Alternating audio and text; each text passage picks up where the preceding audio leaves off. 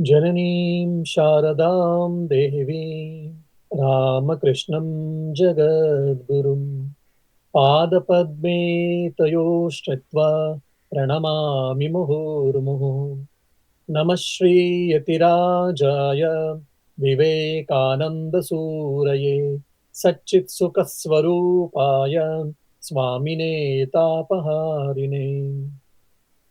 Yeah. Dear devotees, now we'll be discussing on reply to the address at Ramnad. And if you see the letter which was presented to Swamiji by the Raja himself, by the Raja of Ramnad himself, that is Bhaskar Setupati, we can understand what was the respect which was commanded by Swamiji in India in those days. Just very less newspaper, or very few people used to read newspapers, no TV, no internet, no WhatsApp, no social media and all. In spite of that, and that too is from northern India or eastern part of India, and that, but still, in spite of that, how the India got rose, or how India was following, how India was mesmerized by Swamiji philosophy, or Swamiji's talk, or Swamiji's personality, we can say. But in spite of all that, Swamiji was humbler than the humblest. That is one of the great things which we see in all these people. Many times, Swamiji is known as for his rationalistic nature, yes, and his for philosophical nature, yes, and he was always, not quarreling, at least debating with Sri Ramakrishna. We all give these examples. Yes, in spite of all these things, he was humbler than the humblest.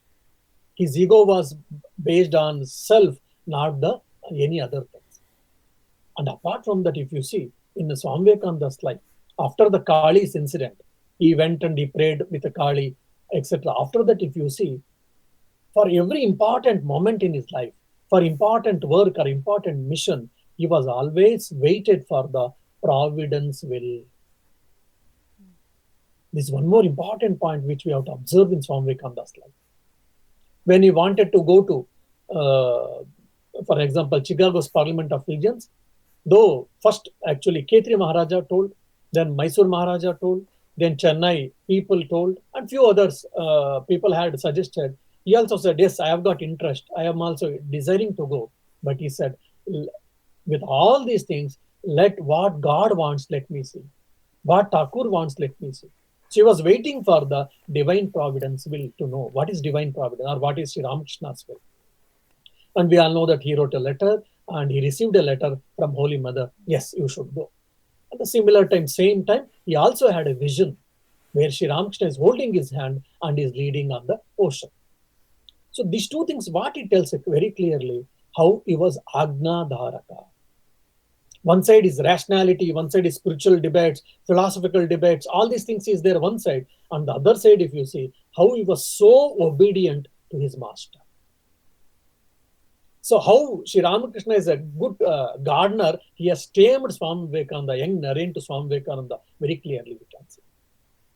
So that maturity we say, spiritual maturity, intellectual maturity, emotional maturity we speak, that we can see in Swami Vivekananda's life. When you read deeply Swami Vivekananda's life, in between lines, you can pick up all these things. And they all thanked Swami Vivekananda, we can understand. Now Swamiji has started giving a reply. And you see the first one page completely, how he is so poetic in his language. He's so poetic and it is so simple and so profound language actually. When you read Nivedita, Sister Nivedita, when you read Swami Vedananda's lectures, you'll be able to understand contrary how Swami Vivekananda's language was so simple and so deep and so profound. Sister Nivedita's, at least whenever I had to write an article and all, I don't know now, recently I have not read, earlier when I was read, 2-3 times I had to read even a small lecture of Nivedita to understand what does she mean actually. Because the language construction, the syntax itself is a bit different or difficult. It appears something, but when you read 2-3 times, you think about it, then it appears something else actually. That's how Sister Nivedita, because she was a master of English, understanding that. Swami Abhedananda's English is also, quite some places it is a bit difficult. In fact, those some people have seen, including me, at the initial days, Swami Vivekananda's English itself is difficult, we thought. But now when you read other people's books and all, you will understand Swami Vivekananda's English is such a simple, so profound, so poetic, and so deep and dense in that language. That we can see here, how there's a poetic language in Swami Vivekananda in the first page. And here, one more important point, probably I would like to mention. Swamiji is telling, none can resist her anymore. That is India. Never is she going to sleep anymore. No outward powers can hold her back anymore, for the infinite giant is rising to her feet. So Swamiji is telling very clearly in 1897-98, India is rising. No one can stop. And he had prophesied in 1901 that in 50 years, India gets independence. And we got it. And today when we see the super world, how the India is, the rising, when we see that Swami Vivekananda statement, we can understand very clear. We have got challenges, we have got obstacles, we have got problems from neighboring countries, from the different systems or internal, our own problems, our own political systems, all that, no doubt. But in spite of that, in 75 years, how much we have grown ourselves, and we are growing.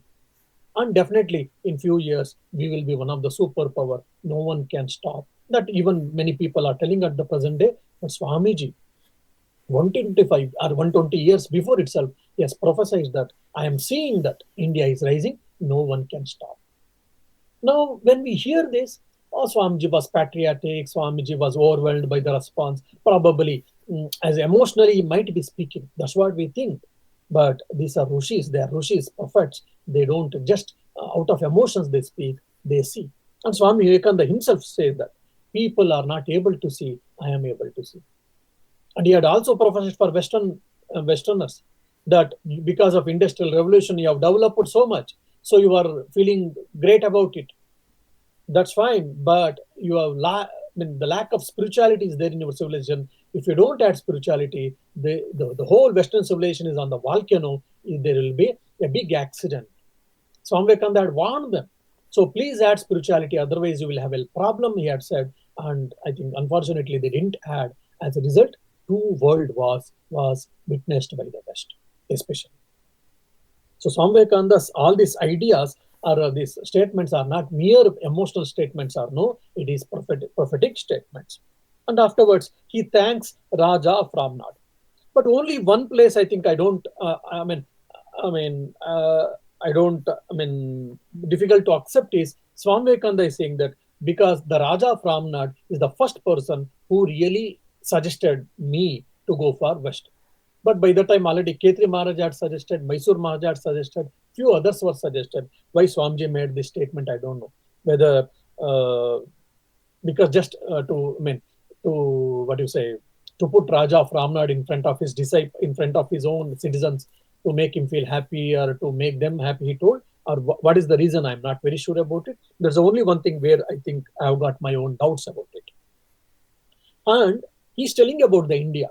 Probably in one of my lecture at the initial days itself, I told, when you read lectures from Colombo to Almora, because unfortunately, most of our history books are written by foreigners with the wrong intentions, and that books has been the part and parcel of our textbooks, as part and parcel of our Indian education system, unfortunately, which has not been changed even to larger extent, even now. As a result, we always get a negative idea about our country.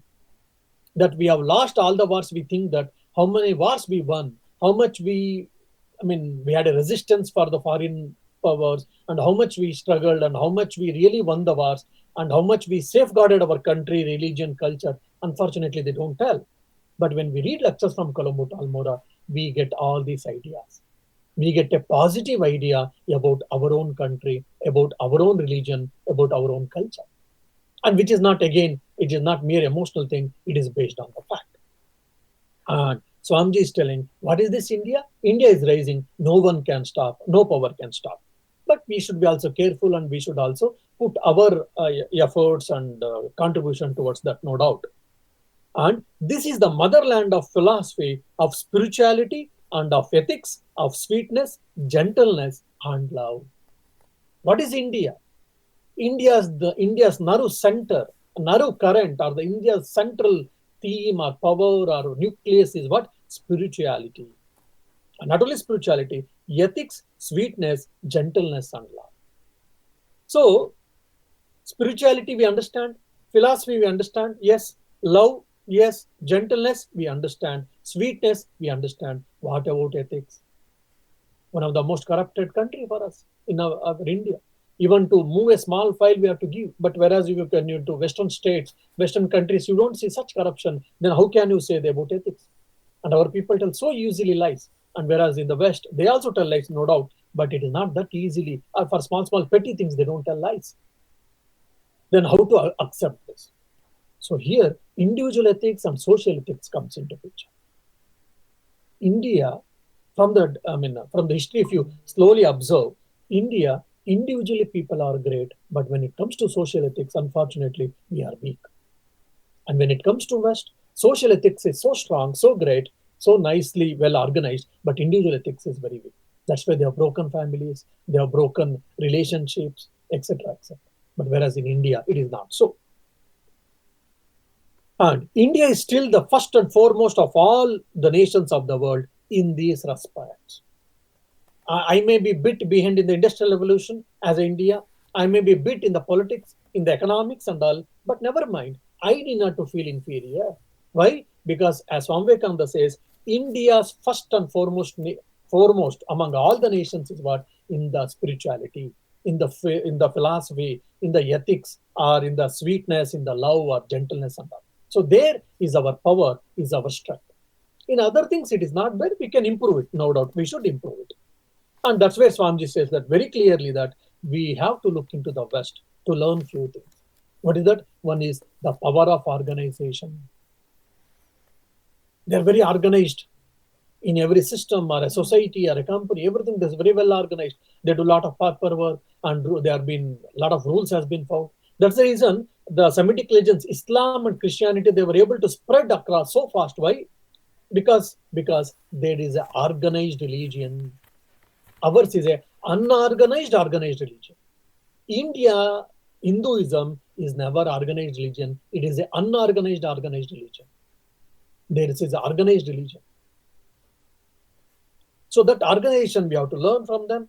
And regarding politics, regarding economics, and regarding industrial revolution and science, few things, yes, we should learn from them. Swami Vivekananda is telling very clearly. Oh, we are best, no doubt. We also had a political systems, best political systems, yes. We have got best metallurgy, best all these things we give, best medical system and all, no doubt. In spite of that, some of them we have lost, but in spite of that, West has got few better things we have to accept, and we can learn few pages or few things from them. It is very clear. We have to understand Swamiji is saying. And one more thing Swamiji is telling, Indians are never passive, they are always active. It is one of the important accusation is given by the Westerners, either historians, if not philosophers, historians especially, they say, oh, Indians, because of the Vedanta and philosophy and spirituality, because the world is illusion, they say, they think, and that's the reason they are become lazy, and they are very inactive, they are passive. This is what the accusations has been given by Western historians. But Swami Vivekananda is outwardly is denying. Even I was, because after reading few books or philosophers, historians, even I was thinking that. But after going to the West and seeing the world in a much more broader sense, Swamiji is telling that now I don't accept it. Indians are not passive. Indians are ever active. They were active and they are active. Swamiji tells very clearly. I had one time a foolish leaning towards that opinion myself, but I find experience in a far more glorious teacher than any amount of speculation or any amount of books written by globetrotters and hasty observers. So Swamiji is telling very clearly, Indians are active and they are not just passive.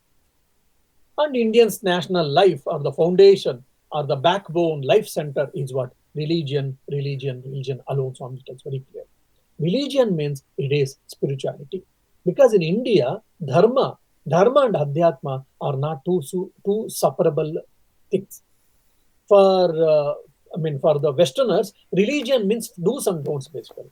Going to church, believing in one God, believing in one scripture, and believing and undergoing some their do's and don'ts or the rules and regulations. For them, that's what the religion is. But for Indians, religion is much more. Religion is a goal, religion is a path or a means of the life. Everything is included in religion.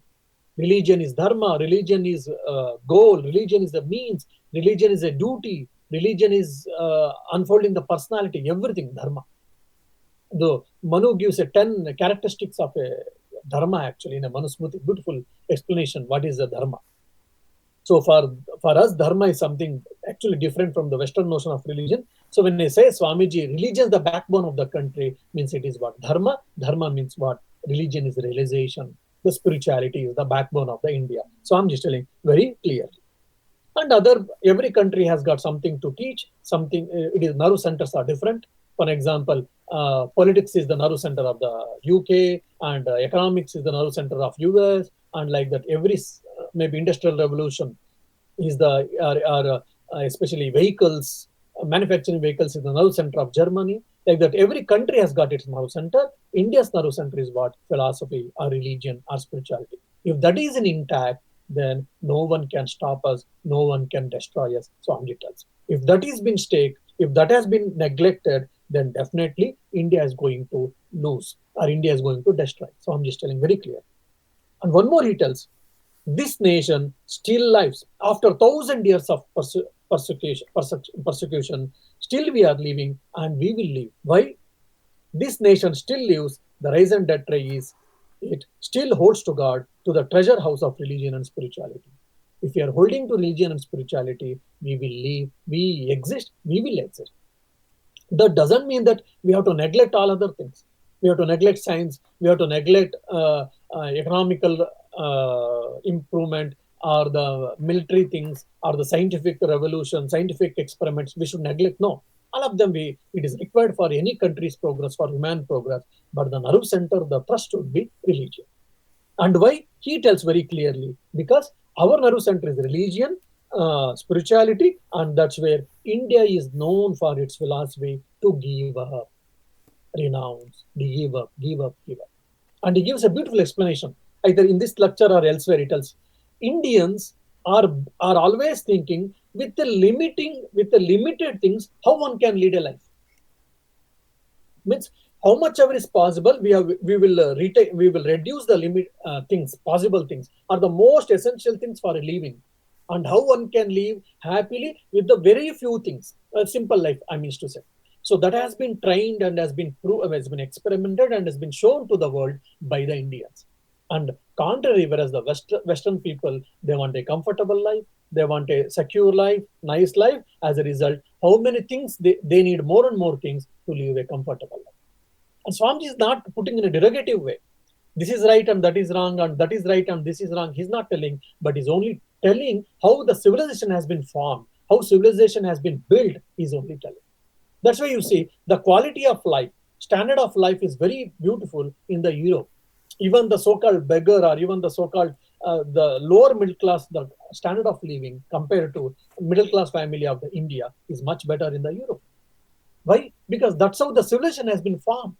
Of course, in the medieval ages or 16th, 17th, even 18th century, if you see, even the Europe had a problem.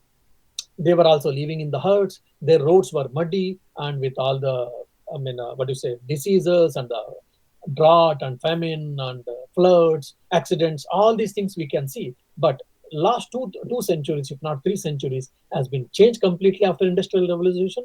They are well built, and whatever the problems they had, from that they have come out, and they are well built. Social housings and the standard of living is well built there. And whereas in India, still we are struggling. Why? Because the civilization has been formed in such a way that we try always to live in the limiting things or in the very few things as essential part, whereas for them, they need more things. And Swamiji is telling that it is very clearly the Indian watchword is what? Give up, renunciation. That is the watchword of Indian religion. Why? Because the Vedanta says this world is a delusion of 2 days. The present life is of 5 minutes. Beyond is the infinite, beyond this world of delusion. Let us seek that. So this is one more thing which is very important point actually. Vedanta said Brahma Satya Jagan Mithya. Brahma Satyam Jagan Mithya.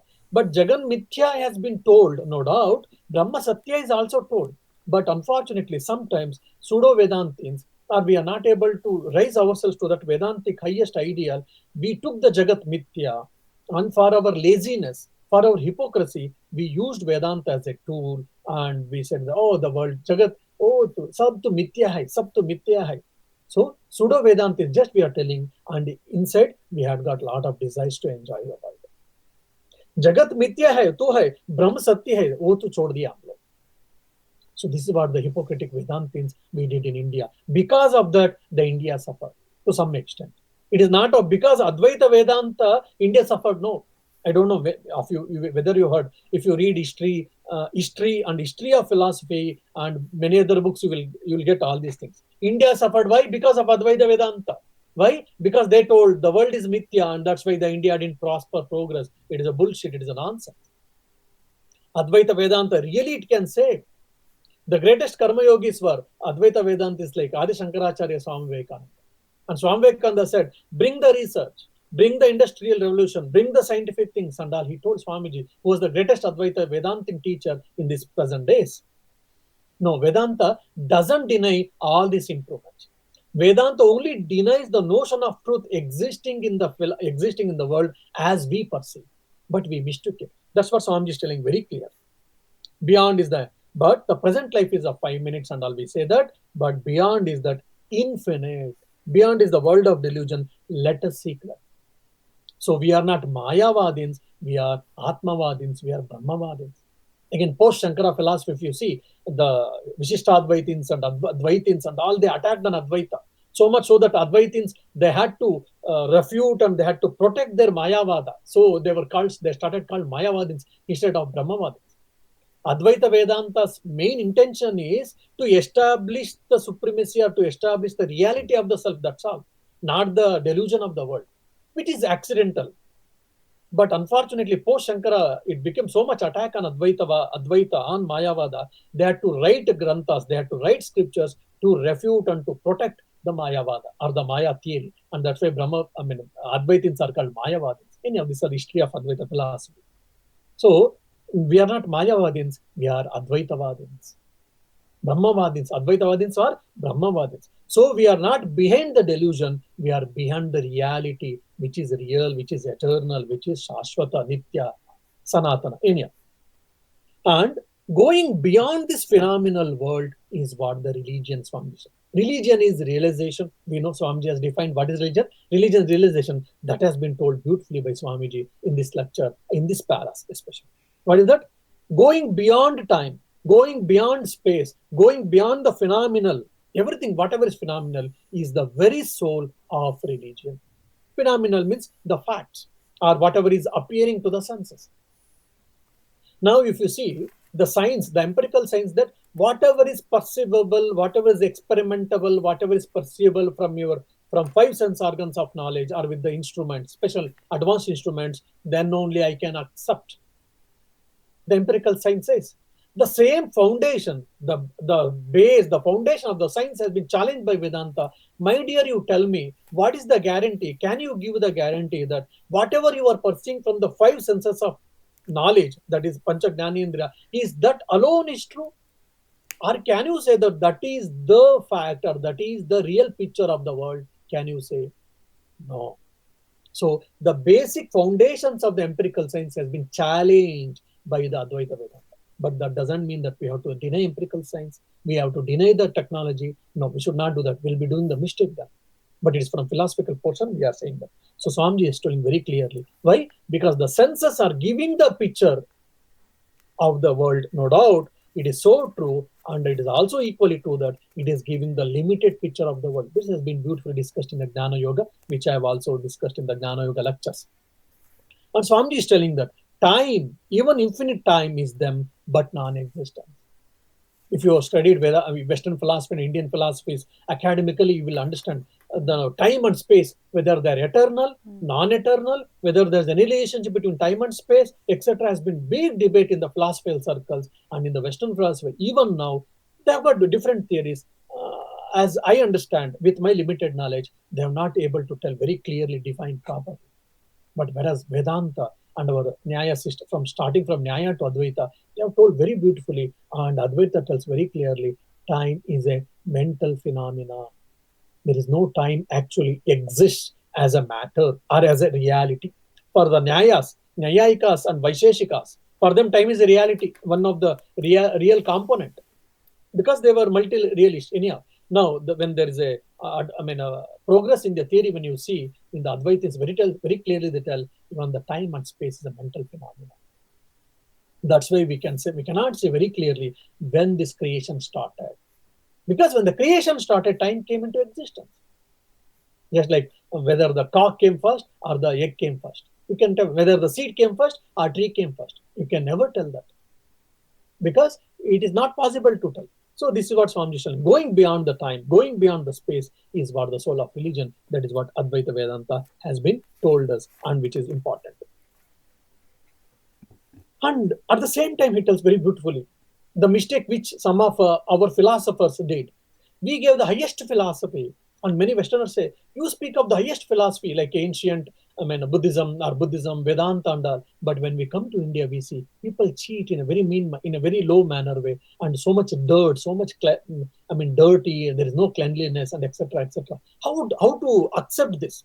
One side he was speaking the biggest philosophy, highest philosophy, which is called Advaita Vedanta. And otherwise, even your drainages or your water system, sometimes sanitary system is not properly maintained. How to accept this both?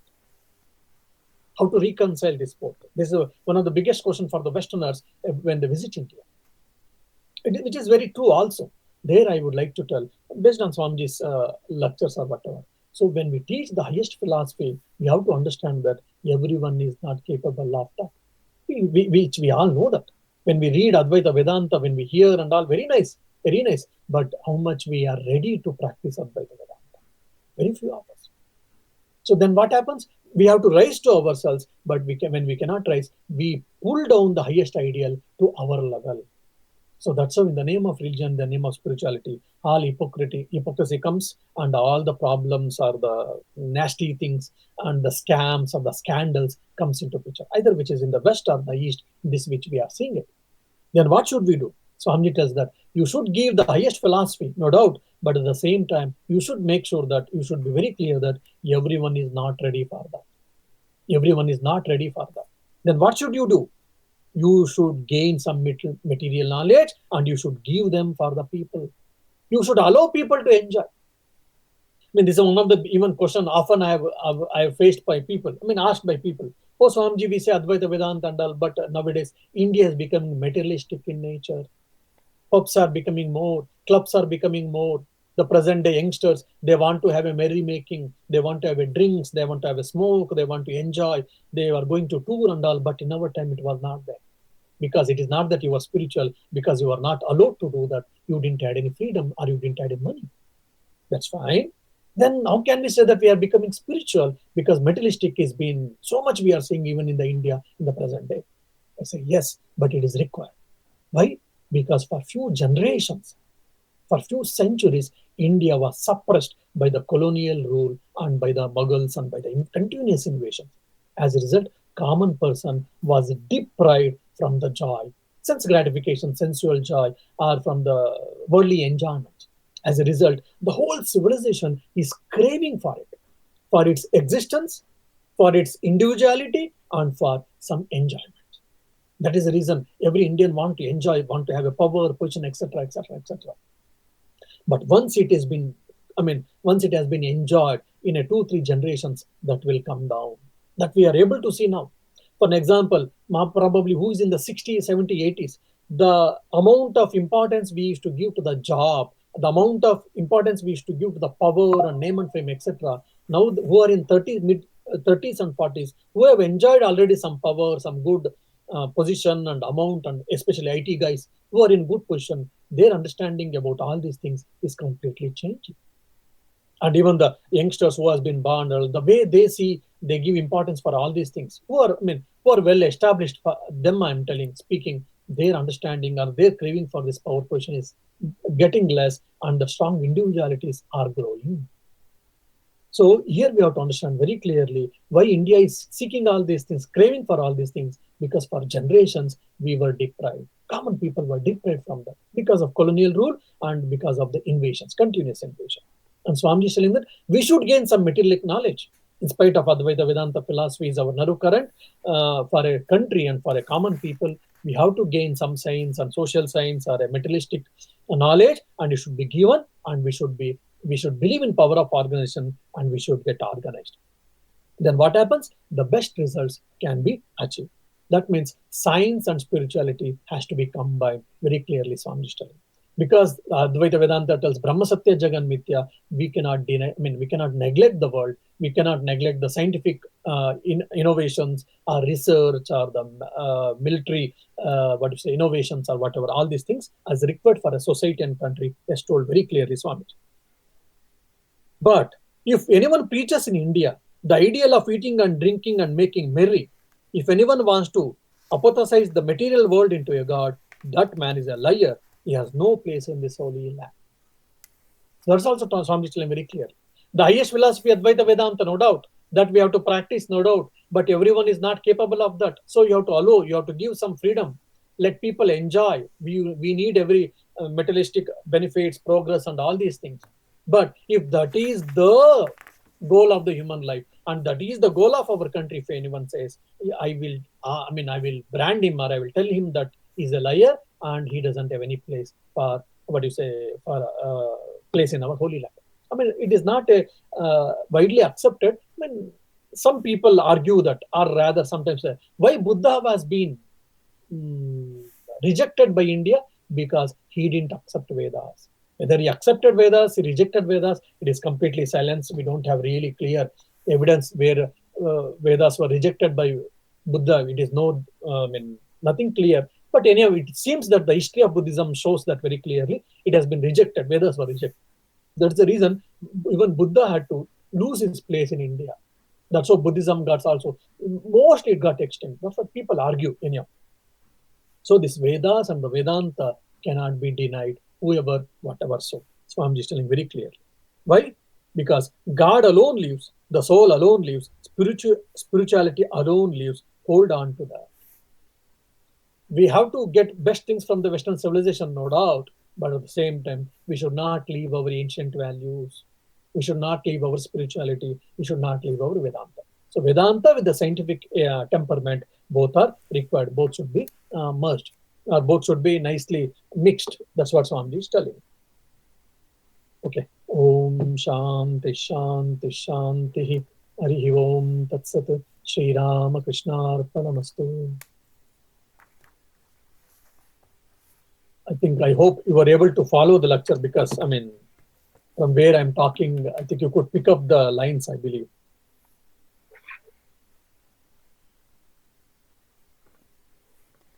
Yes, somewhat we got it. Sorry? Somewhat we got the lines, yes. Okay.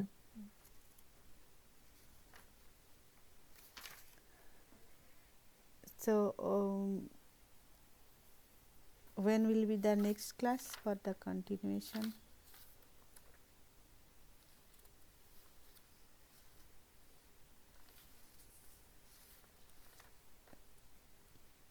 Mm-hmm. 22nd or 29th. 23rd, I'm going to Scotland. So 27th, I'm returning. 22nd or 29th is okay for me. 22nd is okay for all of us. We can have it on 22nd then. Mm-hmm. Yeah, 22nd is fine.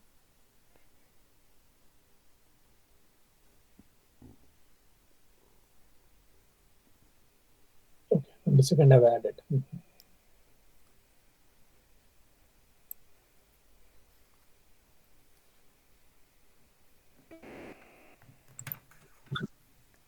You couldn't follow today? It was too difficult? Or it was out of the air? Or it was in the air? No, it was, as you said, it is more about history and all, no? So, it is okay. That's where I say philosophy, history, and I think sociology are I think these three things we should have some knowledge. Then you can understand Swamiji's lectures in a better way, I used to say. It's not at least history and philosophy is required. A basic understanding of history, India and world history. And it is not that I don't claim that I know everything. At least a bit philosophy and history, both are needed to understand Swamiji's thoughts. Because he makes a mention, he makes a points and all, but behind that there is a lot of thought process is going on in Swamiji.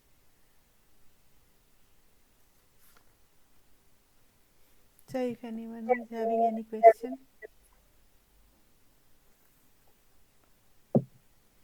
otherwise Maharaj's time is.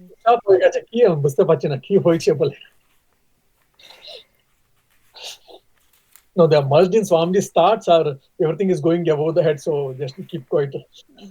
Probably due to Sampragyata Samadhi. All are in Samadhi. Truly speaking, the first half of the lecture was above the head, and the second half is okay. Oh, first was above the head. First half. Anyhow, it came instantly without any prepare. Just it came as per the format, whatever it came.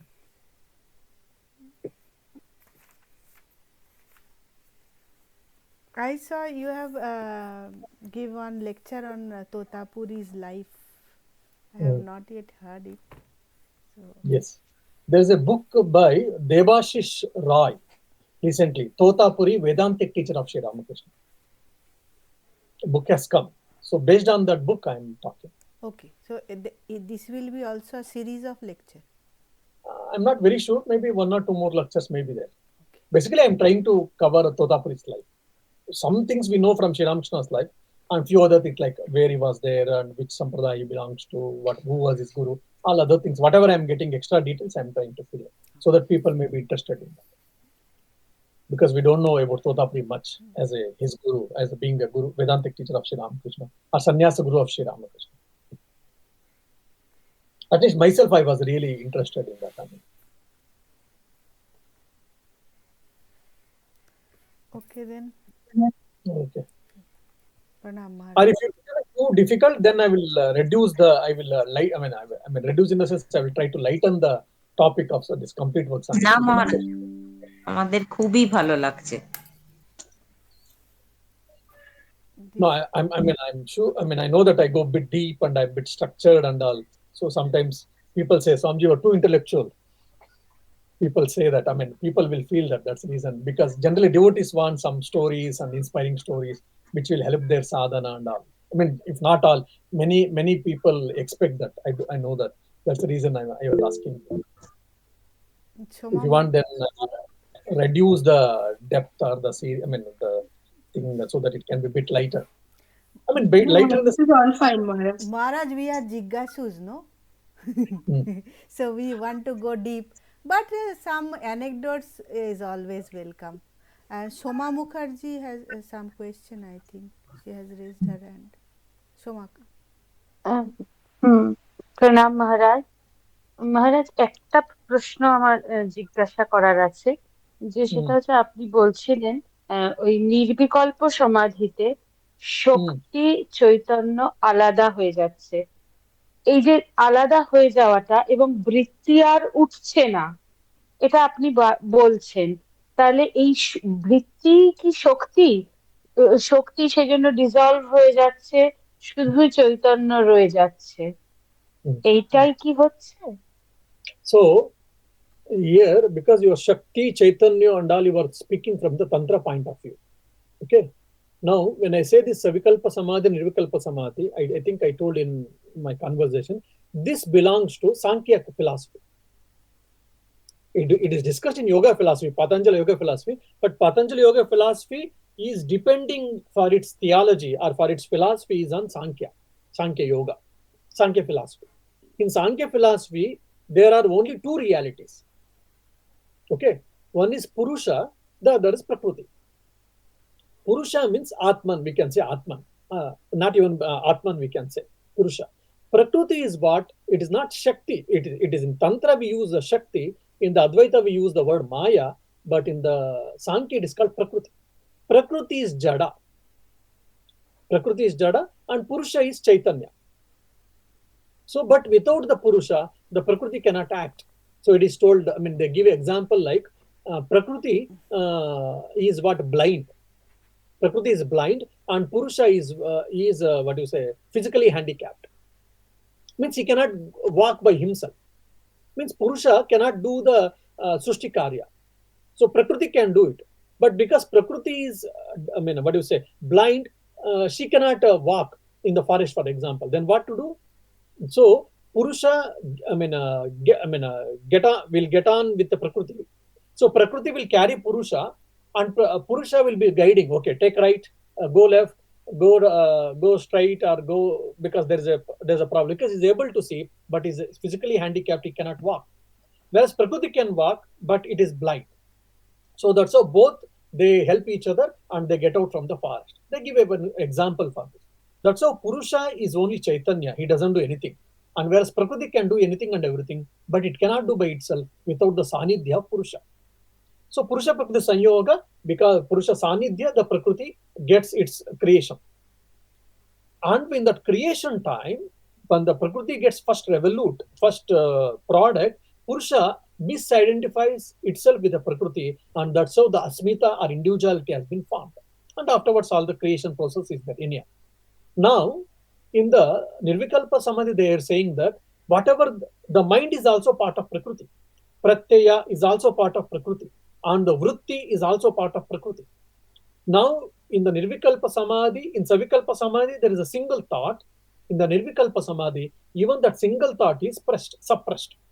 That means mind becomes inactive. When mind becomes inactive, then what happens? Then Purusha Prakriti Bheda Jnana happens. Purusha Prakriti Bheda Jnana happens means Purusha and Prakriti get separated. Separated again means it is a cognitive separation. So the misidentification gets removed. That is what they say. So now you cannot say the Shakti and all, which from Tantra concept you cannot bring here. So even Sankhya doesn't accept Ishvara, doesn't accept God, whereas Yoga philosophy accepts God. For them, Purusha and Prakriti, these are the two things enough for the creation for this world. And Purusha Prakriti Sanyoga, this is what the world is happening, or world is running. And what is moksha is the Purusha Prakriti Bheda Jnana. Now that has been told beautifully in the Kshetra Kshetrajna Vibhaga Yoga in the 13th chapter of Bhagavad Gita. Did you get clear, Soma Mukherjee? Yes, Maharaj. But if the mind is inactive at the time, then who gets the enlightenment? Yeah. ये So, yes, you are right. So if there now, is no mind, then who gets that Nirvikalpa Samadhi? Who experiences that? yes. So in the Nirvikalpa Samadhi, again there is no see. Again, the Advaita Vedanta's understanding or the concept of Nirvikalpa Samadhi and the yogins or the Sankhya yogins or the Patanjali yogins understanding of Nirvikalpa Samadhi is two different things. Now you have to understand, when we are reading Swami Sri Ramakrishna's Samadhi experience, we are studying from the Advaita Vedanta point of view. In Advaita Vedanta, in Nirvikalpa Samadhi, what happens? The experiencer, Gnata, and the experienced, that is the object of experience, Gneya, and the experience, which is Gnana. All three gets merged. Like for example, now I'm giving a talk and you are listening. And that act of experience, listening, is also going on. Now say I'm talking something, I'm telling an anecdote about Sri Ramakrishna or something, you got merged completely in that, you have lost yourself. Even you have forgot that you are hearing about something, but only there is only the what you say, the thought process is going on, or on Sri Ramakrishna's, whatever the incident we were discussing, only that is going on. You have forgotten about yourself, about time, space, and about who is speaking, everything you have forgot, but only that, what you say, that Sri Ramakrishna's anecdote only is going on in your mind. So that means what? The experiencer experienced and experienced momentarily, it was merged there. So in Nirvikalpa Samadhi, according to Advaita Vedanta, the experiencer, I am the experience, isn't it? I am the experiencer. And I'm experiencing the Brahman and the act of experience. All the three things gets merged and there is pure awareness. But though having said this, Only awareness remains. the Advaita, only experiencer remains. Only Brahman alone remains. Brahman alone remains. Because it is beyond mind, it is beyond time, only Brahman alone remains. But Advaita Vedanta say, because without Pratyaya, no Jnana is available. So a mind is a dormant there. Like dormant means very maybe 2-3% or 1% is active. So it is when the mind comes down from Nirvikalpa Samadhi, That's why I'm able to understand that I had an experience of Nirvikalpa Samadhi. That's what Advaita Vedanta say. Or take a step, take a stand. Now, when it comes to Sankhya, there is no need of an experience or whatever. That Purusha Prakriti Beda happens, that's all. When the Purusha and Prakriti Beda happens, then Kaivalya happens for it. Because there was a misidentification of Purusha with Prakriti. That's where the problem is.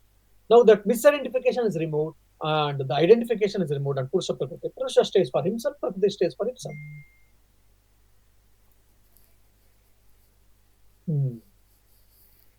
I know. I mean, it's a subtle concept. It needs some time to, understand or thinking. This it needs few amount of time, or it needs a good. I mean, a few little time or a good amount of time to read and re-discuss or re-understand and all. It will take some time. Because Purusha and Prakriti, Beda happens, then Jnana is where, for whom it is, then who is experiencing that, all this question comes. Why? Because we are objectifying everything. We are objectifying Purusha, we are objectifying Brahman, we are objectifying Prakriti, we are objectifying experience. That's where this problem is. So we have to go above from this mind dual mode. Then only we'll be able to understand.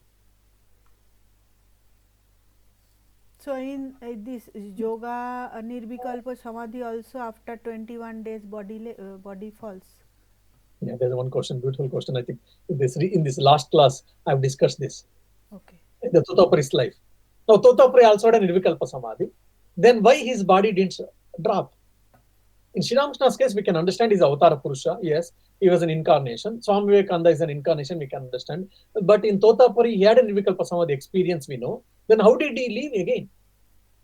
So, two, three arguments or 2-3 points can be given answer. Now, in the case of incarnations and prophets, they experience Nirvikalpa Samadhi. Afterwards, they come back because they have got something mission to do that. Either incarnation or even a prophet. Okay, that's first. Second thing, for example, in the case of Totapuri itself, when Totapuri came and he was sitting on the somewhere in the temple complex, and when he saw Sri Ramakrishna, immediately recognized he's the fit person to practice Advaita Vedanta, and he said, "Do you like to practice Vedanta?" And he said, Sri Ramakrishna said, "What? I will go and ask my mother. If she says yes, I will come." Totapuri thought it is his biological mother. But Sri Ramakrishna was going to ask Divine Mother. When he approached Mother, and when he asked, "Nangta has come, that he wants to teach Vedanta, it seems. What should I do? What is your instructions for me?" Mother says, "Yes, I have brought him here for you alone, for you to teach Vedanta, etc. That's the reason I have brought here. Go and get the instructions from him." So Totapuri had a mission, had something to do in his life. That's why Totapuri came. This is one more argument we can give with respect to Totapuri. The other is, Sri Ramakrishna is saying, whoever stays in Nirvikalpa Samadhi, for such person, in 21 days, his body, he will leave the body. Now, whoever stays in Nirvikalpa Samadhi, for him it happens, no doubt. But after experiencing Nirvikalpa Samadhi, if someone comes down, then his body will not lose after 21 days. If, say, for an example, I experience Nirvikalpa Samadhi, and I am in Nirvikalpa Samadhi alone. I mean, Nirvikalpa Samadhi, I didn't come down or whatever. I'm staying in Nirvikalpa Samadhi for 21 days, then I lose my body. But if I come down and I start doing other things, then definitely my body will not stop, or my body will not fall after 21 days. This is what one more logical point or logical answer can be for that. Now the question comes for a common person, when he goes to Nirvikalpa Samadhi, whether he can come back or not. So for that, it is very difficult to say, okay, he wanted to come back after Nirvikalpa Samadhi, so he went to Nirvikalpa Samadhi and he comes back. If I say logically it looks right, but it is very difficult to accept. There only we can say, probably it is a providence will. Because before going to Nirvikalpa Samadhi, when you go to Nirvikalpa Samadhi, your mind gets dissolved. Your Icha Shakti, your individuality is not there, and individual desire is not there. Then where is the question of coming back again? Isn't it? Your individual desire is not there. Then where is the question of coming back?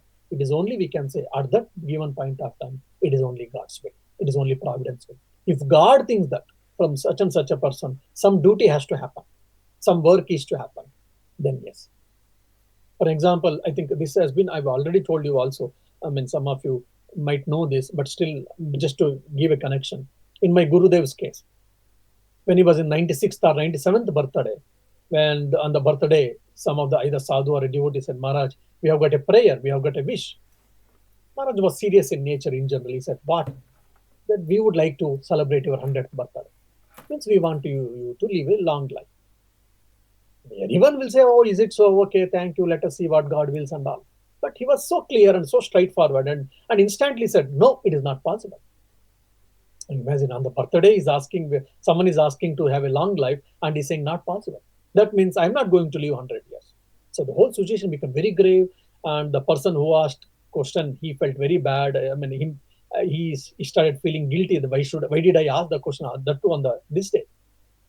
But I think either himself or someone took some courage and asked, why Maharaj, don't you want to live 3 more years? Because we want to celebrate a centenary of a President Maharaj. Then it is not that I want or not. According to my prarabdha karma, I was supposed to leave this body at the age of 92. But my master wanted to do some work through this body. He has given me 5 years grace period. So 5 years grace period, 97, over, and I'll be leaving. So he told in December, and he left his mortal coil April. Then the following question was there. So Sri Ramakrishna wanted some work through this body. He has retained this body. So it is Sri Ramakrishna has retained this body. It is not that I want to leave or because of my prarabdha I'm leaving. No. So complete surrender to Sri Ramakrishna, first point. And when this was heard, maybe the same person or someone else asked, okay, Maharaj, please ask your master. He used to address Thakur as a master. So please ask your master to give 3 more years of grace period because we want that. Generally will be happy. But he said, no, it is his will prevail. It is not that I want to leave. It is not that I can leave and I can do some karma, or I can do some lokasangraha, I can do some lokodhara, I can give some lectures, I can give some dikshas, I can, help the people, etc., etc. So there is no I-ness in him. He's saying that his will prevail. So Sri Ramakrishna's will is working through Ranganathananda's body and mind. It is no more Ranganathananda's body and mind. So how cosmic will work through these people's life is very interesting to know. Very subtle point actually. So this can be seen in the great people's case. So it is God's will make these people to live. It is not their will. It's all small things, but which has got a great spiritual significance.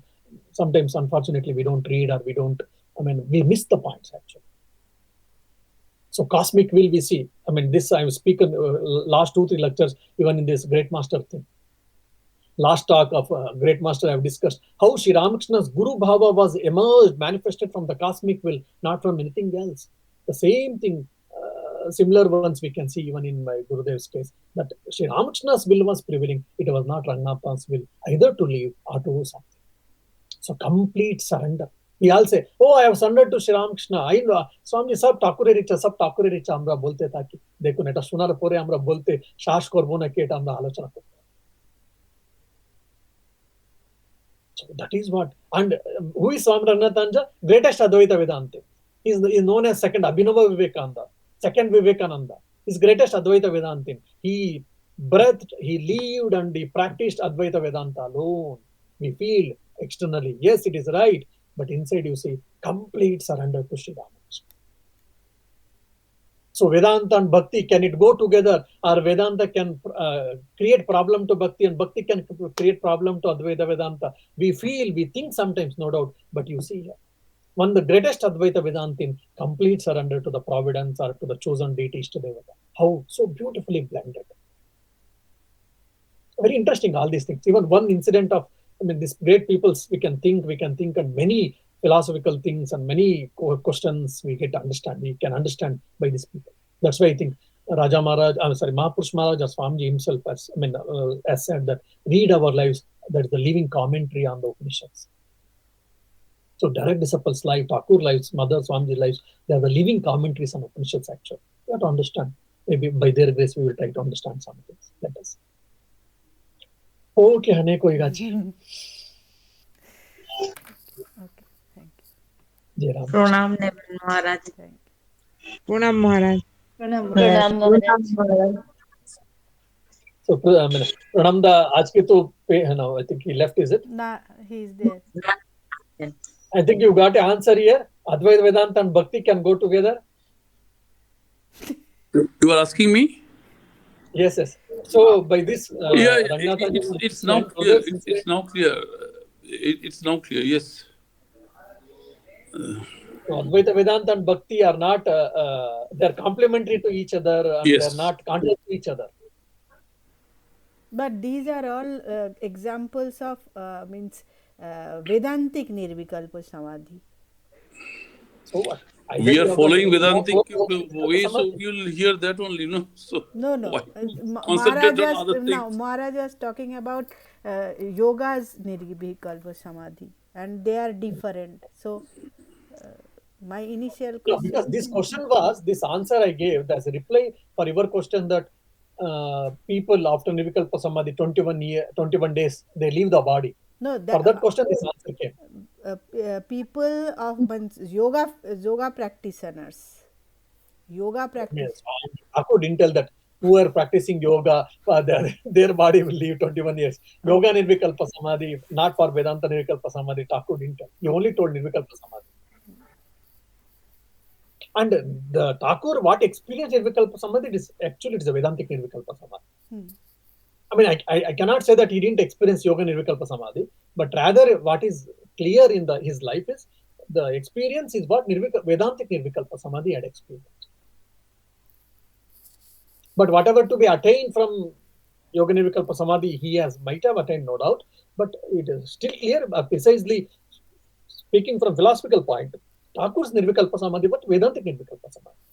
Then why did you explain all other Samadhis? Because to get a clarity.